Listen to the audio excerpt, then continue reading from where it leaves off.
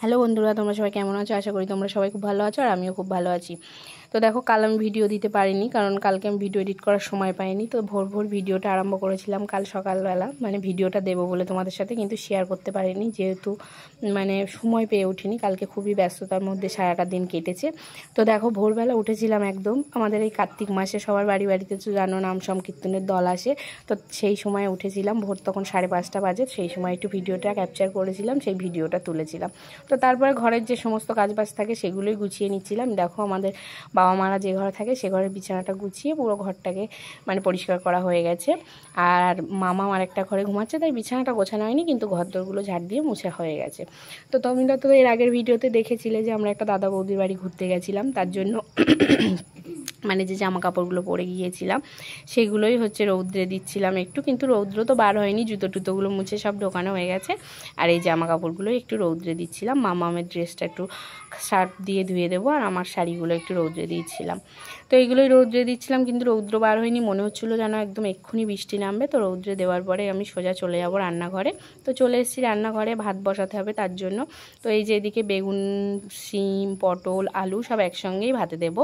সকালের খাওয়াটা সিদ্ধ ভাতই বেশি খাওয়া হয়, সকালবেলা কোনো তরকারি করা হয় না, মানে সহজে হয়, শর্টকাটে হয়, তার জন্য সকালবেলা এই সবজিগুলো কেটেই ভাতে দিয়ে দেবো একেবারে। সিদ্ধ ভাত সবাই খাবো, যেহেতু জামাইবাবুরা কাজের জন্য আসছে আমাদের বাড়িতে, আর আমরা বাড়িতে যারা আছি তারা তো আছি। তো এদিকে সবজিগুলো কেটে আমার ধুয়ে নিয়েছি, আর এদিকে হচ্ছে ভাত চাল ধুয়েও ভাতটা বসিয়ে দিয়েছি। তো তারপরে এই যে স্নান করে ঠাকুর ঘরে চলে এসেছি, যেহেতু সোমবার ছিল সেহেতু হচ্ছে স্নান করে ভোগটা মানে পুজোটা দিয়েই ভাতটা খাবো, তার জন্য স্নান করে পুজোটা দিয়ে নিলাম। সোমবার ছিল যেহেতু, বাবার বার মানে মহাদেবের বার, মানে আমি সোমবারটা মানে মন থেকে খুব মানি। তো ঠাকুরের ভোগটা দিয়েই হচ্ছে ভাতটা খাবো। তো ঘরে এসে দেখি এখনও বিছানাটা তোলা হয়নি, মাম্মা অনেকক্ষণ উঠে গেছে। তো বিছানাটা গুছিয়ে নিয়েছি, আমার ঘরের বিছানাটাও। তো আমার ঘরের বিছানাটা গুছিয়ে নিয়ে মাম্মামকে ভাত খাইয়ে নিয়েছি। ভাত খাওয়ানোর পরেই দেখো ও আবার শুয়ে আছে, দুষ্টুমি করছে, যেহেতু ছেলে মানুষ। তো তারপরে এই যে মা হচ্ছে সমস্ত ভাতগুলো মা খাচ্ছিল, জামাইবাবুরা খেতে বসে গেছে, এই যে জামাইবাবুদেরকে খেতে দিয়েছি। তারপরে আমি আর মা দুজনে একসাথে খাবো।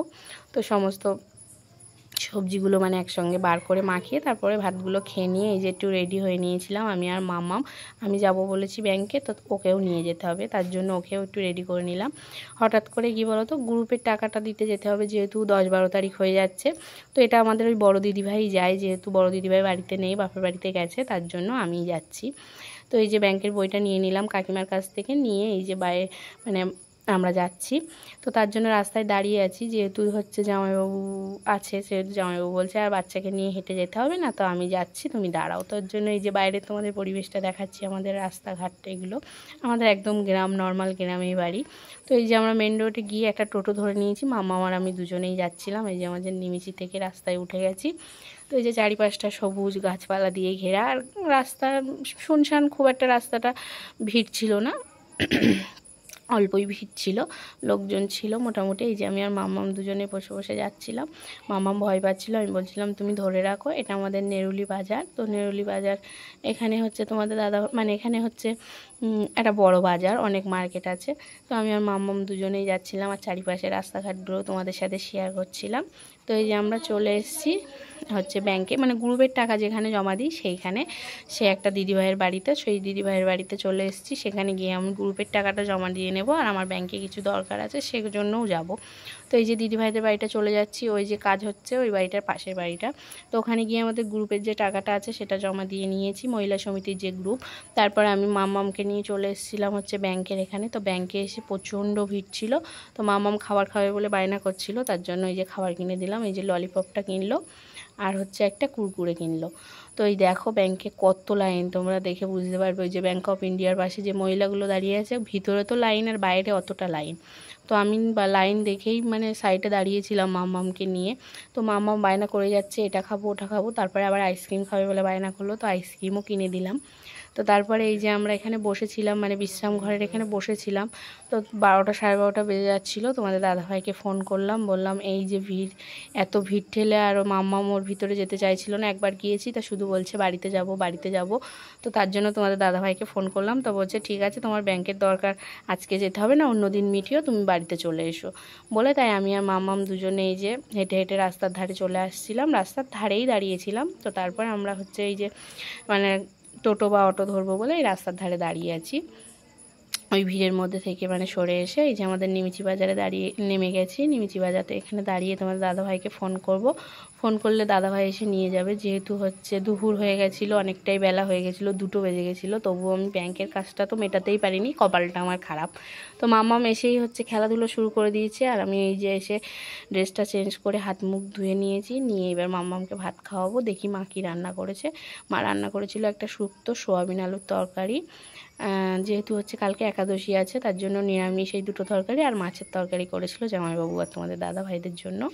তো দেখো আজকে সকাল থেকেই মানে কপালটা খারাপ, ব্যাংকে গিয়েও কোনো দরকার মিটলো না। সকালবেলা জামাইবাবু আসতে গিয়েও পথে একটা দুর্ঘটনা ঘটলো।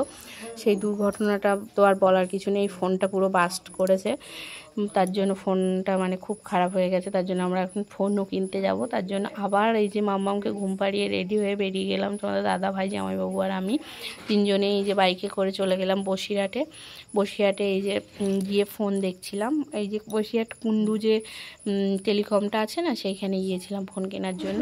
তো অনেক রকমের ফোনের কোয়ালিটি দেখাচ্ছিল। আমরা শেষ পর্যন্ত মানে একটা ফোন নিয়েছিলাম, কি ফোন নিয়েছি দাঁড়া মনে করছি, হ্যাঁ রিয়েলমি P1 এই সেটটা নিয়েছি এই যে কুন্ডুতে। তো তারপরে আসার পথে হচ্ছে কী খাবো বলছিলাম, তো বলছি তোমার দাদাভাই বললো ফুচকা খাবো, তার জন্য ফুচকা খেলাম আমি আর তোমাদের দাদাভাই। তারপরে আমরা ভেবিয়াতে চলে এসেছি, মানে আমরা বাইকে করে চলে এসেছিলাম ভেবিয়া বাজারে। ভেবিয়া বাজার থেকে কিছু জিনিস নেওয়ার ছিল, তার জন্য চলে এসেছিলাম। তো দেখো জগদ্ধাত্রী পুজোর ভাসান বেরিয়েছে, মানে র্যালি বেরিয়েছে, ভাসানের র্যালি। দেখো ওই মহিলাগুলো ঢাক বাজাচ্ছে একই রকম ড্রেস পরে, খুব ভালো লাগছিল দেখতে। তো এগুলো তো ভয়েস দিতে পারিনি কারণ ভীষণ বাজনা হচ্ছিল। আর এই যে তারপরে এই যে সাঁওতাল সেজে সব র্যালিতে বেরিয়েছিল, তারপরে ছিল ব্যান্ড পার্টি, আর হচ্ছে এদিকে লাইটিং আর প্রচুর লোকজন, দেখতে খুব ভালো লাগছিল। মানে আমরা দাঁড়িয়ে দাঁড়িয়ে ওই ভাসানে বেরিয়েছিল সেটাই দেখছিলাম, বেশ ভালো লাগছিল, মনে হচ্ছিল ওদের সঙ্গে আমিও যাই। কিন্তু যেহেতু ওদের মতন পোশাক আমি পরেছিলাম না, আমি চুড়িদার পরেছিলাম, সেহেতু ওদের সঙ্গে মিশতে আমি পারবো না। আর যেহেতু আমার বাড়িতে আসারও তাড়া ছিল, অনেকটা রাত হয়ে যাচ্ছিল, তার জন্য আর হচ্ছে যেহেতু মাম্মামকে রেখে গেছিলাম বাড়িতে, তার জন্য হচ্ছে ওখানে আর যাইনি। আমরা এই দূর থেকে দেখেই ভিডিও করেছিলাম তোমাদের সাথে শেয়ার করব বলে। তো তোমাদের আজকের ভিডিওটা কেমন লাগলো অবশ্যই কমেন্ট করে কিন্তু জানিও, আর ভালো লাগলে একটা লাইক কমেন্ট এবং আমার চ্যানেলটি সাবস্ক্রাইব করে আমার পাশে থেকো। তো তোমাদের কোথায় কোথায় জগদ্ধাত্রী পুজো হয়েছে আর এরকম ভাসানে তোমরা কতটা আনন্দ করো সেটাও কিন্তু কমেন্ট করে জানিও। আমাদের এখানে জগদ্ধাত্রী পুজো মোটামুটি জোর করে হয়, খুব ভীষণ জোর হয় না, কিন্তু মোটামুটি জোর করে অনুষ্ঠান করা হয়। তো সেইটাই হচ্ছে দেখছিলাম, বেশ ভালো লাগছিল দেখতে। রাস্তা জুড়েই মানে র্যালিটা বেরিয়েছিল, তো তার জন্য আস্তে আস্তেই আমরা বাড়িতে আসছিলাম। তো আমার ভিডিওটি ভালো লাগলে তোমরা অবশ্যই লাইক করো, আর তোমাদের সাথে দেখা হচ্ছে এর পরের কোনো ভিডিওতে। তো দেখো কি অসম্ভব সুন্দর নাচছে। তো এখন রাখছি, টাটা।